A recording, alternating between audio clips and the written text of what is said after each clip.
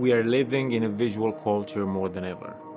Everything we see and want and need is on billboards, panels, computer screens, and online ads. Almost everyone has a smartphone, and almost everyone has taken a few photos with it today. 3 billion photos and 700,000 videos are being uploaded to the internet every day. But does this make us all photographers and content creators? As this flood of images and videos saturates our visual culture, we have to ask the question, is the act of taking a photo enough to claim the title of photographer or content creator? Or does the essence of photography lie deeper in the artistry and intent behind the lens? As the boundaries blur, where everyone can be a content creator or a photographer, not all images carry the same weight. Being a photographer in today's world is, I would imagine, vastly different from being one in the years before digital photography and Instagram. And due to the rise of photos, videos, and imagery in our culture, the way we use and consume media is drastically different. And this in turn affects photography as a tool and as an art medium. The changes are drastic enough to require maybe a new definition. What is photography and what is content creation? The rise of the image-driven culture has influenced many people to invest in high-quality cameras. You can get a Canon R5 or a Sony a7R4 for an example, with maybe a 70 to 200 for a few thousand euros and make amazing images. A few is around 5,000 for the newer Canon R5 Mark II. And with the falling prices of newer cameras in general and all the information, courses and tutorials, many people have become photographers. And this in turn, the weight of the term photographer has changed. With an iPhone 15 Pro or the new Google Pixel 9 Pro today, you can make amazing images and videos and upload them in seconds on social media and call yourself a content creator. I don't think it's the same for the term filmmaker because many people do record videos with their phones but don't call themselves filmmakers. Photography has no such distinction. A photographer is a photographer of any kind, amateur, professional, artistic, or not. But is that true? When everyone carries a camera in their pocket, what does it mean to be a photographer? Is it the act of taking a photo sufficient to be labeled a photographer, or must we redefine the very concept of it? I don't think the definition is evolving, but I think it's expanding to include the casual shooter who just bought a news camera and lens and takes some, bird pictures on weekends and vacations, alongside the professional who's been living off the gear for years now. This explosion of imagery has had a dual effect. On one hand, it has, really empowered individuals to share their perspective through creativity and self-expression. On the other, it has saturated the visual landscape, making it difficult to distinguish between a photograph that is considered truly artistic and one that is simply posting vacation pictures with a, wannabe artistic vibe to them. The question then is, if everyone is taking pictures, what does it mean to photography, and does that mean we're all photographers? And if so, does the term photographer lose its meaning? Or does it expand to include a wider range of practices? I think we're all competing on the same cliche stage, if you will. Because when you grow up as an artist or as a person in the online medium, you get used to being praised. Either it's a comment, like, a share, people resharing your stories, whatever it may be. You get accustomed to that feeling of I'm doing something right. And as an artist, it kind of boosts your ego and you want to recreate it. But it depends on who is doing the praising, because if you're a beginner and if your friends are beginners or wannabe photographers, you may not be surrounded by the right people. So feedback then is very important, but feedback by people who are doing the exact same thing you're doing on the same level or even higher. You can even get feedback from ChatGPT now. It can't directly view your IG profile, but you can screenshot your profile and upload an image and ask it to be brutally honest, or you can just ask it to, hurt your feelings. For me, it said it's cluttered, unfocused, and at times downright unappealing. Okay, thank you, ChatGPT. Thank you for the feedback. I've created a few photo books for my trips to Rome, Bali, Dubai, and it's difficult to take an image of a place everyone else has photographed and make it original or different, whatever that may be. But from what I've seen, for an amateur, when it comes to originality, that doesn't mean much. What we must do is try to be unique. And it's really, really hard in a world where everyone has photographed everything.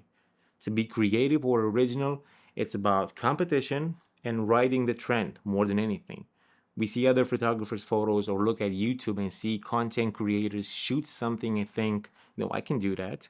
I'm sure some people think they can do it better, but most just want to do it too, to shoot their own version of, a cliche image or standard Instagram reel. We take very few risks. We're shooting the same pre-approved cliche images and adding nothing of our own vision. But for that though, you kind of have to have your own vision. And that comes from years of shooting, going through, this phase of copying someone else's work in the beginning and trying to make it our own. Throughout the course of this video, I'm gonna name the books I reference, the books I have, and I read from time to time, either for visual references, quote, branding, or whatever. This is one I really like. It's called Steal Like an Artist. 10 Things Nobody Told You About Being Creative by Austin Kleon. It's a nice book. I first found it, kind of gimmicky, but it's not something, you read and say, now I know everything, I know how to be creative. But it's about, something like this. Write the book you want to read. Or, be boring. It's the only way to get work done. Steal Like an Artist from Austin Kleon. The only art I'll ever study is stuff that I can steal from. This is a quote by David Bowie. Either I use them for visual references, quotes, or just things to, push start my creativity sometimes. I said earlier, it's competition of the same, trend writing. It's riding a trend because everyone else is shooting the same thing. And it's competitive because photographers are thinking, my picture is better than the other guys. And 9 times out of 10, it's not. This isn't just about the amateurs. We can find the same thing in, commercial photographers and fine art photographers as well. Look at any company's annual brochure and you'll find the same stock executive portrait. And you'll also see there are only a few ways to photograph a business meeting in an office building. Very few corporate or industrial photographers have a point of view. They're all essentially interchangeable. They're replaceable because there's only so much types of, photography that are acceptable to corporate clientele. And too much originality is just too much for them. I can't really blame the commercial photographers for this. They're in it to make money. We're all in it to make money, earn a living, and provide a service. But our success isn't based on art or creativity, but rather how close we can get to the edges of that, creative box, if you will, and still make an acceptable image. Today we can get close to the creativity edge with virtually anything, and an iPhone Pro can get you amazing results if you have the will and time to use it to the fullest. I take mine everywhere, and depending on the shoot, I protect it because as a content creator, it's one of the tools I use to make a living. This video is sponsored by Max Cases, helping me in this series follow the ups and downs of creativity, people's perception of it, and the struggles of creative people. Thanks to Max Cases for allowing us to explore the unique journeys of those who rely on them, discovering insights and lessons from their path in the realm of creativity. Whether they're dedicated cinematographers, photographers, directors, or athletes with a flair for creativity, we'll explore the unique journeys of those who rely on Max Cases. When it comes to redefining photography in the digital age, to redefine it, I think we must first acknowledge that the act of taking a photo doesn't automatically confer the title of photographer. Or making an IG reel doesn't give you the title of content creator. While the tools have become more accessible, of course, the essence of photography, the storytelling, the artistry, the intent, remain unchanged. A photographer in the traditional sense is someone who uses the camera not just to document reality, but to interpret reality. This involves a deliberate process of seeing, composing, and creating images that convey a particular vision or a particular message. It is this intentionality that separates a photographer from someone who merely takes pictures. Today's cameras are so good that even a mediocre wannabe photographer can shoot decent images and pass as a professional, and many do. It's, I believe, a side hustle for the weekend. And during the weekdays, they go to work and dream of becoming professionals. Of course, many never do. However, recent years really challenge us to see what our understanding is and maybe widen our understanding of what photography can be. The sheer number of images produced daily can be seen as a collective documentation of our time, a visual diary of human experience, if you will. In this sense, everyone who takes a photo contributes to the narrative, and perhaps this collective effort is a new form of photography in itself. The problem with this is like basic economics, where when you have more supply than demand, the value of the product goes down. When there is high demand and low supply, the product becomes a rarity and the value increases. While many people demand media, content, and photos more often nowadays, it's gotten really easy to obtain. So, for someone who makes a living off of the content he or she produces, it's becoming more and more difficult to be a successful content creator or photographer in an age when everyone is doing it. This is also good and bad. It's good because it's an important filter for, everyone trying to get into the business and for anyone trying to stay into the business.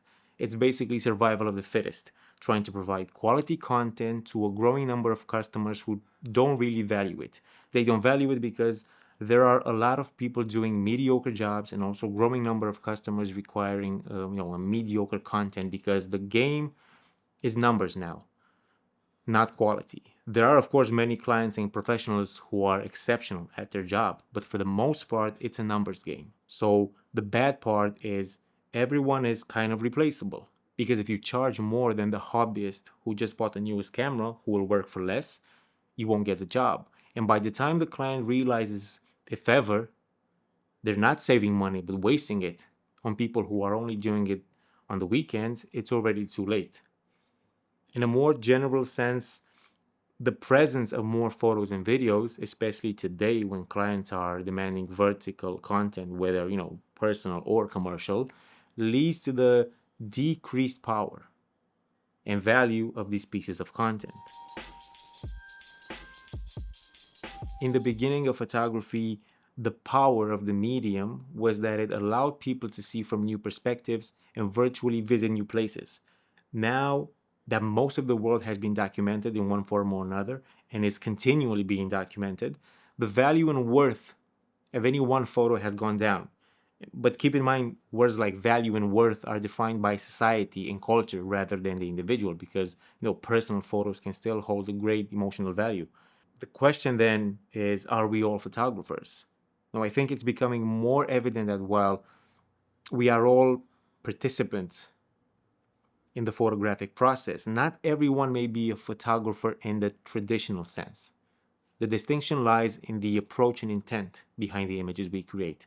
Photography, at its core, is about more than just capturing an image. It's about the purpose and meaning we infuse into that image. And the definition of photography is not so much, reinventing itself as it is expanding. It now includes a spectrum of practices from the casual snap, of a smartphone, the crafted image of a professional, to the edited image of a content creator. So in the spectrum, there is room for everyone, but the term photographer retains its depth and significance for those who engage with the medium on a more deeper level. For me to truly call you a photographer, a filmmaker, or a content creator, you kind of have to do this full time. You could be an amazing photographer and have the composition down, the editing, you could be really good, but if you're only doing it on vacations and weekends and then go back to your job, one, you're not living at your full potential as a human and a professional, and two, you're only seeing the glass half full. You're only seeing the upside. And it's a great way of living, but you're going to a job wishing to be a full-time photographer. Let's use this as an example. You want to take the plunge, but you don't really have enough money put aside to make the jump, and you're trying to juggle your job on one side and the side hustle called photography on the other. When and if you finally make the jump, you'll find out it's not all fun and games, and this is your livelihood, and you have clients, invoices, deadline, and everything you do depends on you. If you work enough and if you're good enough, you'll make it. If not, it is what it is. In the first year, 60% of photographers give up their business. Of the remaining 40%, another 25% will fail within the second year. The ones that make it are the remaining 15% who endure through the third year. And the term content creator could have the same meaning. For instance, I don't consider myself a photographer, but more of a content creator. By trade, I'm a director of photography. I shoot commercial videos for clients and work on sets with a crew, or in nature shooting sport ads. But when it comes to this, little box we put ourselves in, I don't consider myself a photographer. I call myself a content creator because I create content. I don't shoot street photography. I don't capture the moment as is. I create it. No, I take an image and I see what the final edit could look like. I take out some background, maybe change the sky. I manipulate the image to make it look like I want it to when I took the shot. So that doesn't make me a photographer. It does make me, however, an editor. It does make the image more of a composition, from photographer to content creator, because I don't shoot what is in the shot. I shoot what I imagine to be in the shot. And with the help of AI and Photoshop, I make it so in the final edit. Being more video centered, I usually work with photographers on set, but if a client wants some stills or a few images, I don't shy away from editing. I think it's essential to recognize the role that technology plays in shaping our visual culture. And while the tools of photography have become more accessible, the craft of photography remains as rich and complex as ever. In the end, whether we consider ourselves photographers, content creators, or simply people who take photos, the power of the image endures, capturing moments that define our shared experience, and more than before, it shows how the world is today. Whenever you take a photo, time stops for a second, and if you hold on to that shot as, a digital image or a print, it shows how we experience the world in 2024, and our kids and our grandkids, could experience our world 60 or 70 years down the road.